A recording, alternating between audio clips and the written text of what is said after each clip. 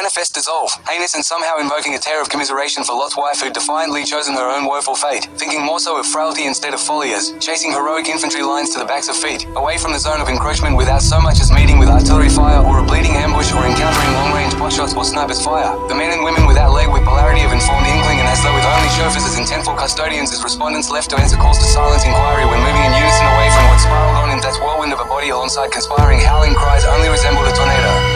Whether the entrapped stood helpless in the corridor that was its eye or if the nucleus was that largely nailed their boosters to the rock terra firma like this.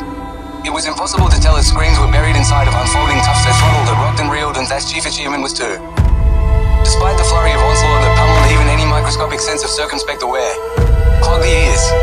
So how to partition the element of a stymieing horror here as the sight immediately before the eyes quibbled with the roaring thunder from some hot intrusions that any chilling of the spine was forbidden by what curdled the blood upon staring too unnecessarily long at this monstrous source unseen?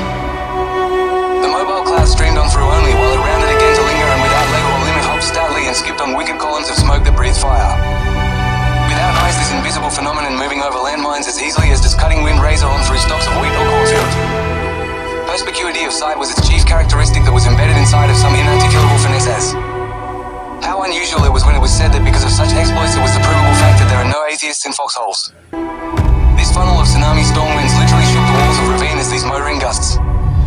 Fiercer than nature's fury as ever in times past seen.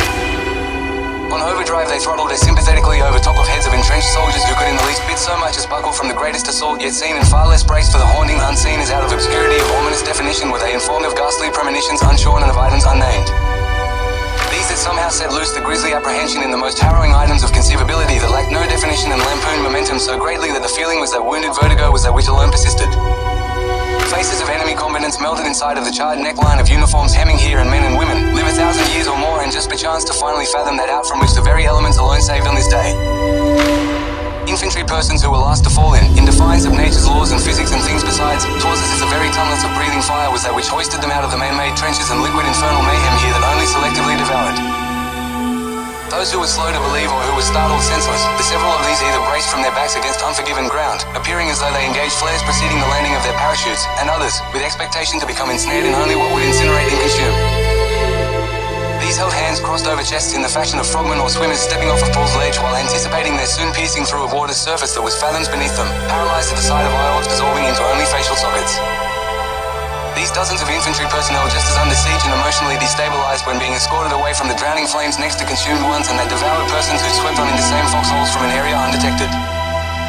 Ambushing the many before the engulfing flames in fiery retribution walloped and knocked them down therein.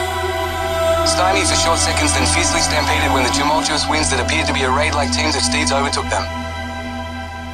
The thought entering the mind eventually that in reality it was unbridled and perfect fear in some wrath unknown from out of something other than the full VATS of man's military arsenals that was unto the cessation of last breaths with easy exception given on account of what gave genesis to such wretched screams of shrill finality and frightful anticipation of what birthed unchaste pandemonium that might have taught such atheists to grab a hold of a fleeting chance at prayer before the greater beast of an onslaught could on a deceptive soreness swell on in.